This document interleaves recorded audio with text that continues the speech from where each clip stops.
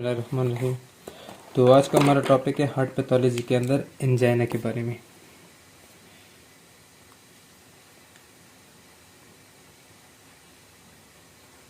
है जिसको angina pectoris भी कहा जाता है क्योंकि इसके सिम्टम की ओरिजिन की वजह से वो एरिया जिसमें पेन होता है पेक्टोरलिस एरिया, तो उस वजह से भी हम इसको एंजाइना पेक्टोरिस कहते हैं।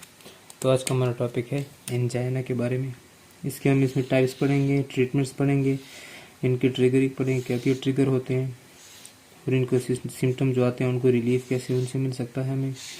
इसके अलावा इसकी जो काजेज है वो स्टडी करेंगे और डायग्नोस। तो सबसे पहले तो हम देखते हैं कि एंजाइना होता क्या है। एंजाइना है हमारे पास इस्कीमिक एक डिसीज है, इस्कीमिक टाइप की, मीन्स कि इसमें ब्लड फ्लो रिड्यूस हो जाता है। It is ischaemia causing pain. क्यों होता है? Reduce blood flow to the heart muscles.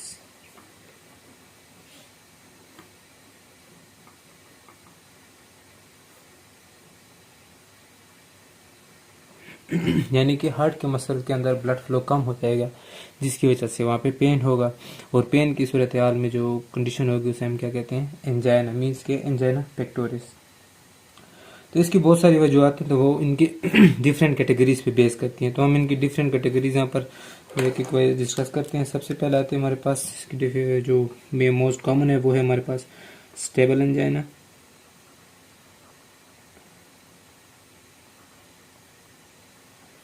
फिर आती है हमारे पास अनस्टेबल एंजाइना।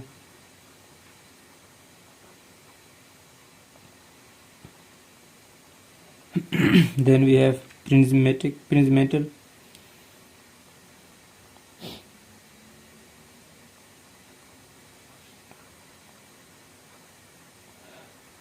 और एक वीमेन में होने वाली एंजाइना जिसको हम क्या कहते हैं? Microvascular angina.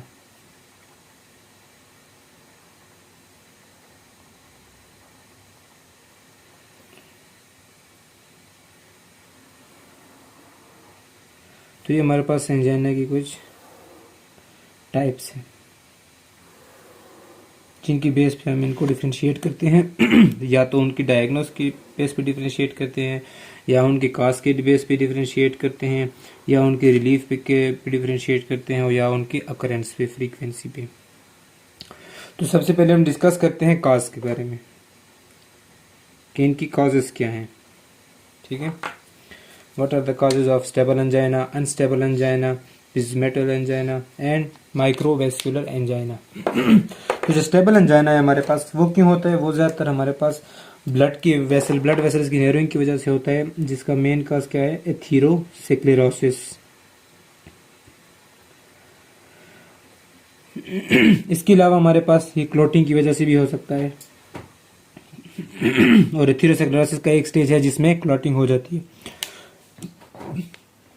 फिर आते हैं हमारे पास अनस्टेबल एंजाइना। इसकी भी काज जो है ना मोस्ट कॉमन वो एथीरोस्क्लेरोसिस ही है,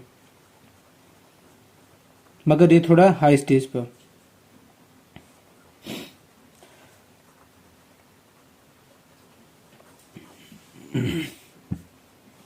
इसके अलावा क्लॉटिंग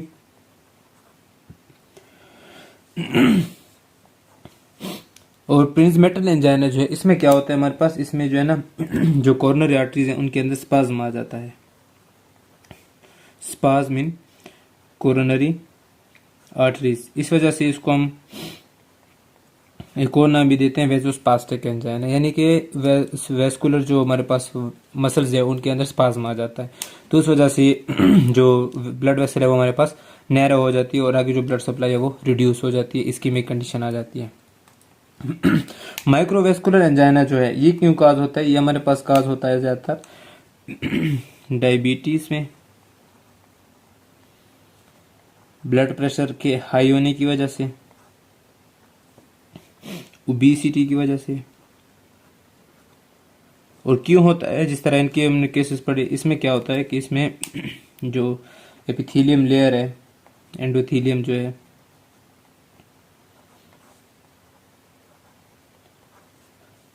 वो क्या हो जाती है, डिसफंक्शन हो जाती है।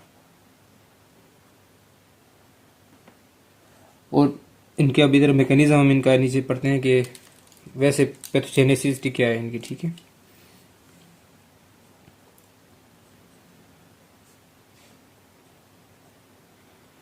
पैथोफिजियोलॉजी इनकी क्या है।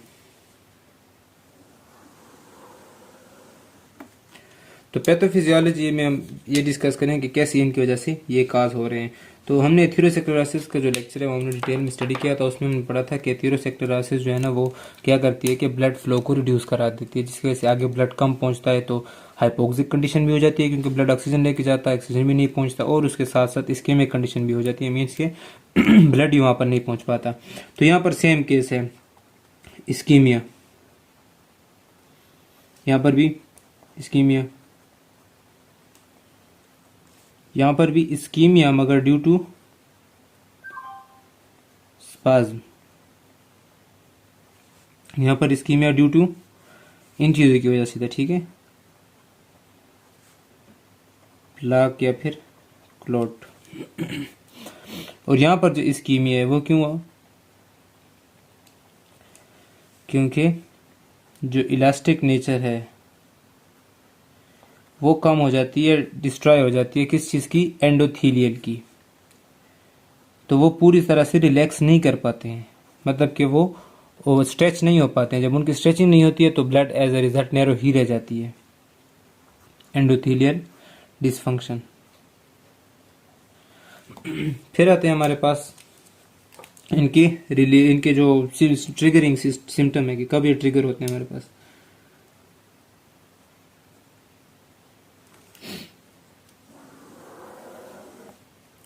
तो ट्रिगरिंग सिस्टम में हमारे पास आते हैं सबसे पहले जो स्टेबल एंजाइन है। तो ये हमारे पास नॉर्मल स्टेज में स्टेबल रहता है, मीन्स के रेस्ट पे हमारे पास ये स्टेबल में रहेगा। मगर ये ट्रिगर कब होगा, जब हम कोई एक्सरसाइज करेंगे। जो अनस्टेबल एंजाइन है वो रेस्ट पे भी हो सकता है एज वेल एज एक्सरसाइज या वर्क के दौरान भी होगा। वो इस पर डिपेंड नहीं करता कि आप रेस्ट कर रहे हैं तो आपका जो पेन है वो रिलीफ हो जाएगा या आपके सिम्टम खत्म हो जाएंगे, वो मौजूद रहेगा उसी तरह। जो स्टेबल एंजाइन है वो सिर्फ एक्सरसाइज के वक्त हमारे पास ट्रिगर होगा। जो प्रिंस मेटल है ये भी ऑलमोस्ट रेस्ट पे होता है, ठीक है, यूजुअली ड्यूरिंग स्लीप, मतलब नाइट, यूजुअली एट नाइट। और ये होता है किस चीज में, इन क्लस्टर्स में। बहुत सारी वेसल जो है इस वजह से डैमेज हो सकती है। जबकि जो ये हमारे पास जो माइक्रोवेस्कुलर है ये भी रेस्ट पे भी हो सकता है, और बहुत ही अनकॉमन है किस चीज में होना, एक्सरसाइज में होना।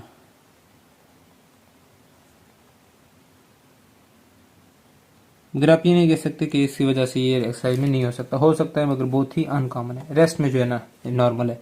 सिर्फ एक्सरसाइज में जो बिल्कुल वाज़ेह बता देते हैं वो हमारे पास स्टेबल एंजाइना है।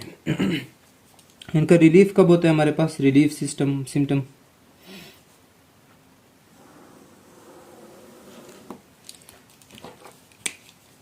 तो जो हमारे पास स्टेबल एंजाइना है, अब देखें किस वजह से हो रहा था, एक्सरसाइज की वजह से। तो इसका रिलीफ कब मिलेगा, जब आप एक्सरसाइज छोड़ दोगे, स्टॉप कर दोगे, मीन्स के रेस्ट पे रहोगे। अनस्टेबल एंजाइना का जो रिलीफ है वो इस वजह से नहीं मिल सकता कि आप रेस्ट कर लो, उसकी रिलीफ आपको मिलेगी मेडिसिन की वजह से। मेडिसिन ही उसके पेन को रिलीफ देगा। सिमिलरली इस केस में भी मेडिसिन एंड माइक्रोवेस्कुलर एंजाइना में भी मेडिसिन ही काम आएंगी।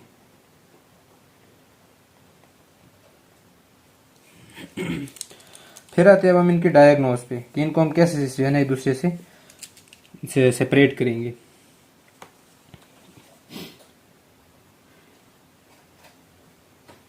ठीक है, तो डायग्नोस हमारे पास दो तरह के होते हैं, एक सिम्टोमेटिक और एक हमारे पास tests.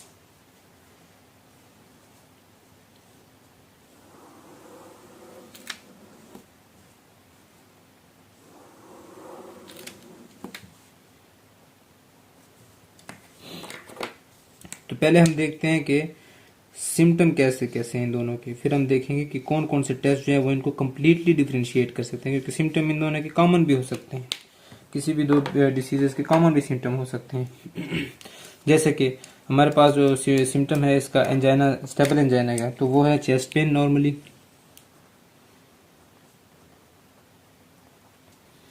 Pen radiating towards left arm,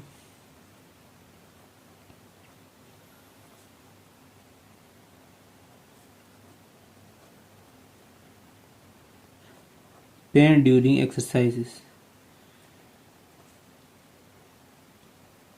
यानी आप कोई भी काम कर रहे हो तब आपको पेन हो रहा है, ठीक है। इसमें जो है ना पेन सेम रेडिएट होगा लेफ्ट आर्म की तरफ, शोल्डर भी होंगे, बैक भी होगा,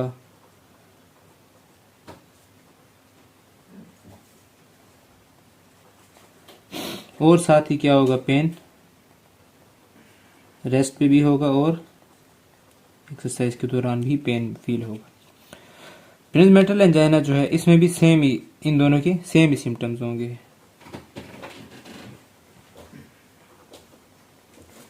बट जो हमारे पास माइक्रोवेस्कुलर एंजाइना है उसमें क्या होगा, पेन हमारे पास उसमें प्रेसिंग होगी, मतलब ऐसा फील होगा कि प्रेसिंग ऑफ चेस्ट है, प्रेशर्ड है, ठीक है, यानी कि आप कोई चेस्ट को स्क्वीज कर रहा है, इस तरह की पेन आपको फील होगी, यानी कि सफोकेशन फील होगी एक तरह से। क्योंकि जो माइक्रोवेस्कुलर यानी कि छोटी वेसल्स हैं उनके जो एंडोथेलियम लेयर है वो ख़राब हो जाएगी, जिसकी वजह से क्या होगा कि जो उनकी इलास्टिसिटी है वो कम हो जाएगी, तो वो पूरी तरह रिलैक्स नहीं कर पाएंगे। एज अ रिजल्ट क्या होगा कि नैरो हो जाएगी। टेस्ट में हम इनको कैसे डिफ्रेंशिएट कर सकते हैं कि स्टेबल एंजाइना के लिए हम टेस्ट परफॉर्म कराते हैं ETT, जबकि जो हमारे पास अनस्टेबल एंजाइना है उनके लिए हम परफॉर्म कराते हैं उनके लिए ECG का टेस्ट, ठीक है। जो प्रिंसमेटल है उसमें भी हम कौन से टेस्ट प्रोवाइड कहते हैं, ECG के लिए हम प्रिस्क्राइब करते हैं कि आप ये टेस्ट हमें करा के दें। जबकि जो इस माइक्रोवेस्कुलर है इसका कोई डेफिनेट हमारे पास अभी तक इलाज डायग्नोस्टिक टेस्ट नहीं है, ठीक है। नो डेफिनेट मतलब प्रीफिक्स नहीं है हमारे पास अभी तक, जो हमारे पास एक फिक्स इसका डायग्नोस्ट अभी तक मौजूद नहीं है। तो हम इनको जो है ना सिम्टम की बुनियाद पे इसे सेपरेट कर लेते हैं, और साथ ही साथ हम ये भी देख लेते हैं कि ये किस चीज़ में ज़्यादा कॉमन है, वीमेन में। तो हम पहले ये डिसाइड कर लेते हैं, ठीक है। अब ECG में क्या चेंजेस आती हैं कि ये हमारे पास स्टेबल एंजाइना कहलाता है, अनस्टेबल कहलाता है या प्रिंसमेटल कहलाता है। तो स्टेबल एंजाइना में होती है हमारे पास ST डिप्रेशन, ठीक है।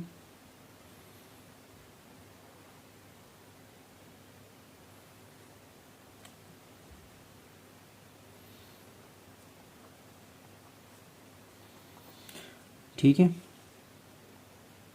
यहाँ से थोड़ा स्ट्रेट आता है। मीन्स के जो ST है हमारे पास वो क्या हो जाता है, डिप्रेस। ST डिप्रेशन इसका मेन जो है ना फोकस है, मेन इसका जो मतलब आप इसे नोटिस कर सकते हो कि इस बंदे को स्टेबल एंजाइना हुआ है।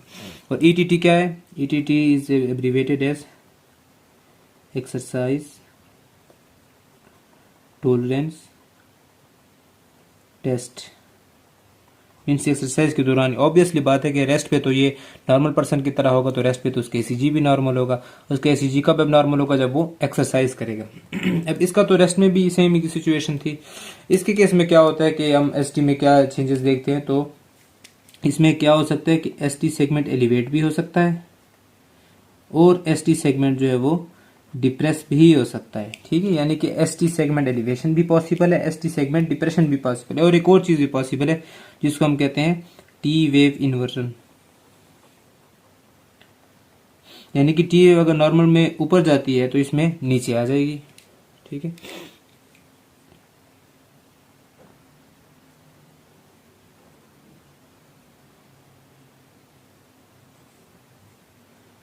PQRS तो ये भी पॉसिबल है। इसके अलावा एलिवेशन भी हो सकती है और डिप्रेशन हम यहाँ पे बनाएंगे तो डिप्रेशन भी हो सकती है, ठीक है। यहाँ पे डिप्रेशन हुई थी, अब हम ECG में यहाँ पे प्रिंसमेटल में एलिवेशन होती है ECG के अंदर, ठीक है। ST segment is elevated. And इसकी एक और भी निशानी है कि T वेव जो है हमारे पास वो पीक्ड हो जाती है, यानी कि नॉर्मल से थोड़ा ज़्यादा सा ऊंचे हो जाती है। ठीक है, इसका स्ट्रक्चर कुछ ऐसा है।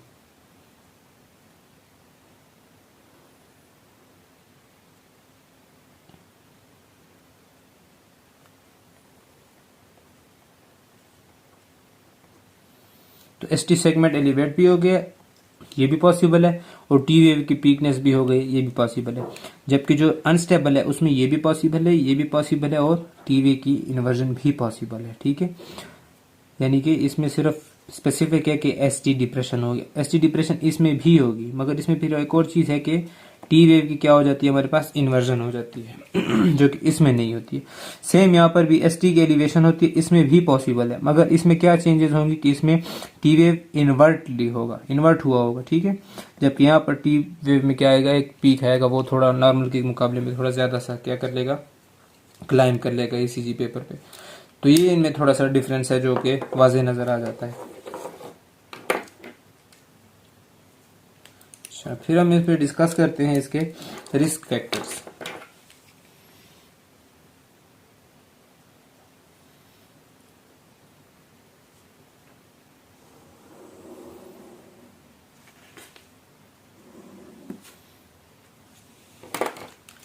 मीन किन लोग जो है ना खतरे के मोल पे खड़े हैं, अगर उनको ये मतलब उनका लाइफस्टाइल ऐसा है या उनको ये बीमारीज है, तो फिर इनको stable angina, unstable angina, Prinzmetal या फिर माइक्रोवेस्कुलर एंजाइना हो सकता है या नहीं हो सकता। तो रिस्क फैक्टर में हमारे पास क्या आते हैं इसके केस में है एक्सरसाइज जो कि विगरस हो, बाकी ये तो आपको पता है थीरोसेक्लेरोसिस की कॉजेज भी आपको पता है। ठीक है, हाई ब्लड प्रेशर है, कोलेस्ट्रॉल हो गया, ड्रग्स हो गई हैं। ठीक है, इसके अलावा ब्लड प्रेशर अगर हाई है या कोई वो ऐसी मेडिसिन यूज कर रहे हैं जो कि क्लॉटिंग को इंक्रीज कर रहे हैं, तो ये काज होगा। ठीक है, सेम इसी के लिए भी है सिवाय एक्सरसाइज के। ठीक है, मीन के क्लॉटिंग फैक्टर है, फैट की ज्यादा डिपोजिशन है, ब्लड प्रेशर हाई रहता है, एटसेट्रा। ठीक है, और जो हमारे पास प्रिंस मेटल जो स्पाज्म की वजह से है, वो क्यों हो रहा था, स्पैज्म की वजह से हो रहा था। तो ये क्यों हो सकता है, ज्यादातर इलेक्ट्रोलाइट्स इम्बैलेंस की वजह से।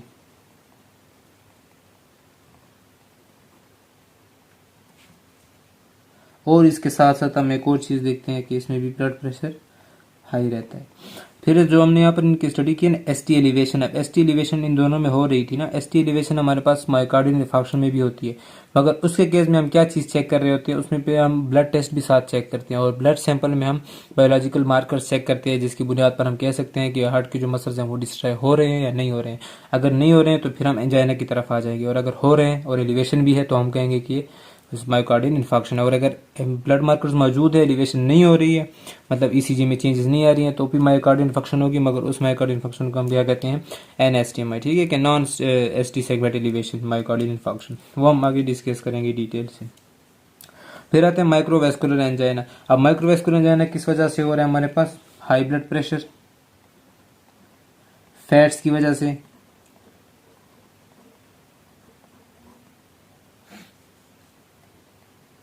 High glucose mean high sugar की वजह से, एंड लो इंसुलिन की वजह से। तो ये हमारे पास थी माइक्रोवेस्कुलर के रिस्क फैक्टर्स। अब सबसे एंड में आते हैं जो कि हमारा मेन मतलब टॉपिक होता है जो डिस्कशन का, वो है हमारे पास ट्रीटमेंट।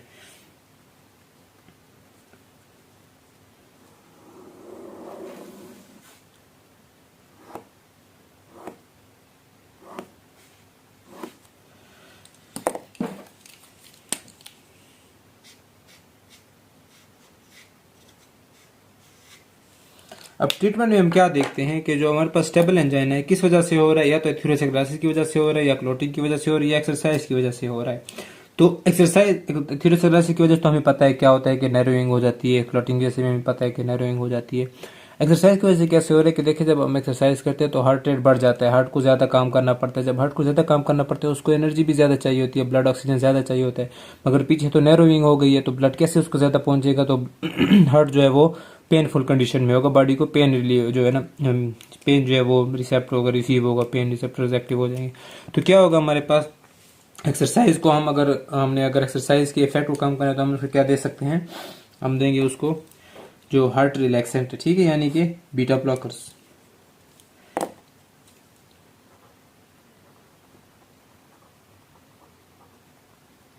हमने उसका ब्लड टेस्ट किया, अगर कोलेस्ट्रॉल लेवल ज़्यादा है तो हम उसको स्टेटिन्स देंगे ताकि नैरोइंग कम हो जाए, ठीक है।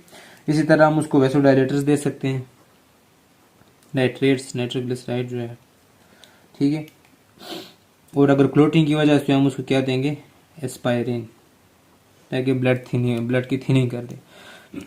अब देखिए जो हमारे पास स्टेटिन है वो कोलेस्ट्रॉल के जरिए इसका जो एथेरोस्क्लेरोसिस का फंक्शन है या नैरोइंग ऑफ ब्लड है ये कम करेगा। जो स्टेटिन्स हैं, जो नाइट्रेट्स हैं, वो वेसोडाइलेशन का फंक्शन परफॉर्म करेंगे। नाइट्रेट्स का एक और भी प्रॉब्लम है नाइट्रेट्स के यूज करने का, वो ये है कि देखें अगर हम इनकी नाइट्रेट्स क्या करते हैं, वेसोडाइलेशन करा देते हैं।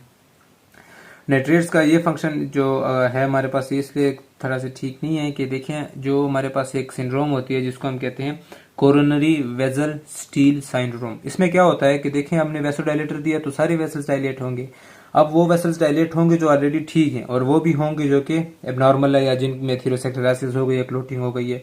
तो एज अ रिजल्ट जो ऑलरेडी नॉर्मल थे वो हद से ज्यादा ही डायलेट हो जाएंगे, तो वो थोड़ा सा उनसे ब्लड स्टील करने लगेंगे उनके मुकाबले में जो कि इफेक्टेड है। तो एज अ रिजल्ट उनके पास ज्यादा ब्लड जाएगा। इस कंडीशन को हम क्या कहते हैं, कोरोनरी वेसल स्टील सिंड्रोम, ठीक है। तो ये उनमें आ जाते हैं केस।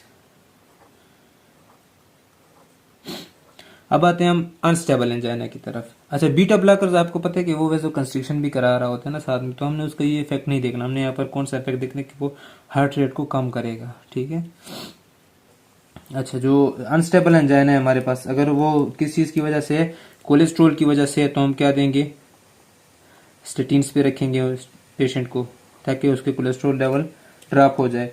अगर तो वो हमारे पास क्लॉटिंग की वजह से है तो हम उसको एस्पिरिन रिकमेंड करेंगे, प्रिस्क्राइब करेंगे, ठीक है। अगर वो हमारे पास जो है ना वेसो कंस्ट्रिक्शन की वजह से है तो हम उसको नाइट्रेट्स देंगे। और बीटा ब्लॉकर्स आप एंजाइना में दे सकते हो सिवाय प्रिंस मेटल में,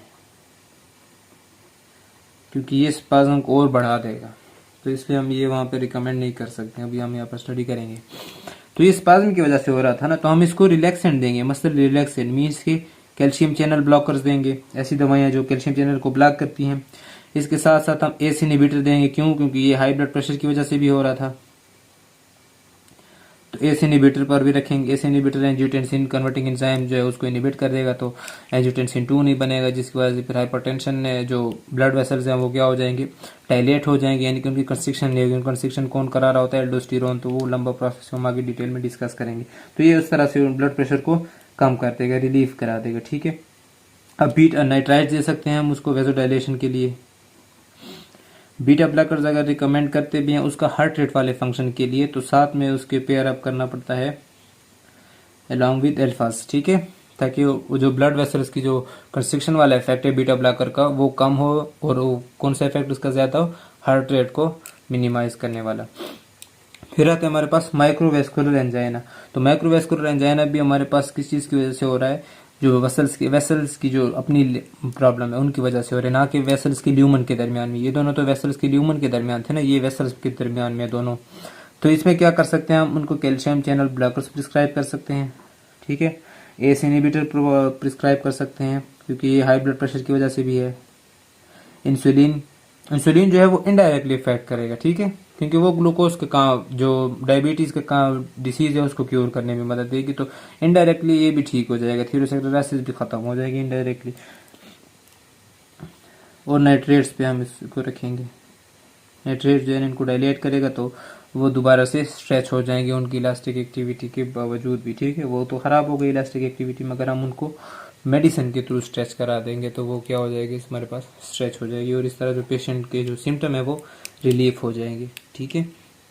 बाकी जो इनके परमानेंट जो कंडीशन को अगर हम ट्रीट कर रहे हैं तो एथेरोस्क्लेरोसिस के प्लाक को रिमूव करना पड़ेगा, ठीक है। उसके डायग्नोसिस के लिए हम एंजियोप्लास्टी करेंगे कि किस जगह पे जो है ना ब्लॉकेज हो गई है। तो एंजियोप्लास्टिक के बाद, एंजियोग्राफी के बाद हम एंजियोप्लास्टी करेंगे, ठीक है। एंजियोग्राफिक मतलब आप ग्राफिक रिप्रेजेंट आपको प्रेजेंट करेंगे, नजर आएगा कि कैसे जो है ना कहाँ पे कौन सी लोकेशन पे जो है ना ब्लॉकेज हुई है, कौन सी लोकेशन पे नर्विंग हुई है, और फिर आप एंजियोप्लास्टिक में जो है ना कैथेटर एंटर करके जो है ना वो जगह ओपन कर देते हैं, ठीक है, स्टेंट वगैरह डाल के। तो एक तो ये कंडीशन है। इसके अलावा हम जो है ना बाईपास कर सकते हैं कि एक वेसल्स को दूसरी वेसल्स की जगह, अगर वो बिल्कुल ही ऐसी हो गई जो कि ठीक नहीं हो सकती है तो हम उसको बाईपास करा देते हैं। तो ये सारी केसेस हमारे पास जो है ना ये परमानेंट क्योर के लिए मौजूद है हमारे पास, ठीक है। बाकी जो सिम्टम रिलीफ के लिए और थोड़े से लॉन्ग टर्म में अगर इनको ट्रीट करना है, मीन्स कि पेशेंट ज़्यादा सफरिंग कंडीशन में नहीं है, क्रोनिक स्टेज पे नहीं है, तो फिर हम उनको मेडिसिन प्रिस्क्राइब कर सकते हैं आराम से। तो ये थी हमारे पास समरी एंजाइना, एंजाइना पेक्टोरिस के बारे में, उसकी types, stable angina, unstable angina, Prince metal angina and microvascular angina. फिर हमने इनके डायग्नोस्टिक टेस्ट पढ़े और डायग्नोस्टिक सिम्टम्स भी पढ़े। टेस्ट में हमने पढ़ा एक नया टेस्ट ईटीटी, मीन्स के एक्सरसाइज टॉलरेंस टेस्ट, जो कि हम एक्सरसाइज के दौरान उसके बाकी चीज़ें भी रिकॉर्ड होती हैं, मगर हमने ईसीजी पे देखना क्योंकि हार्ट से रिलेटेड है, बाकी हार्ट रेट वगैरह सब कुछ भी होता है। अच्छा, ईसीजी हमने स्टडी किया कि ईसीजी में क्या चेंजेस आएंगी, स्टेबल में, अनस्टेबल में, प्रिंस मेटल में क्या क्या चेंजेस आएंगे ईसीजी के दौरान, और इनको हमने मायोकार्डियल इन्फेक्शन से भी थोड़ी से हमने उसके बारे में पढ़ा कि उनसे हम कैसे सेपरेट कर सकते हैं। फिर हमने इनकी ट्रीटमेंट्स में इनकी मेडिसिन डिस्कस की है कि कौन कौन से मेडिसिन किस केस में हम उनको प्रिस्क्राइब करेंगे, अगर उनको स्टेबल एंजाइना है, अनस्टेबल है, प्रिंस मेटल है, और वो भी किस के आकाश की वजह से है, तो हम उनको कास के थ्रू जो है ना हम उनको ट्रीट किया करेंगे, ठीक है। तो ये थे हमारे पास आज के टॉपिक एंजाइना, एंजाइना पेक्टोरिस।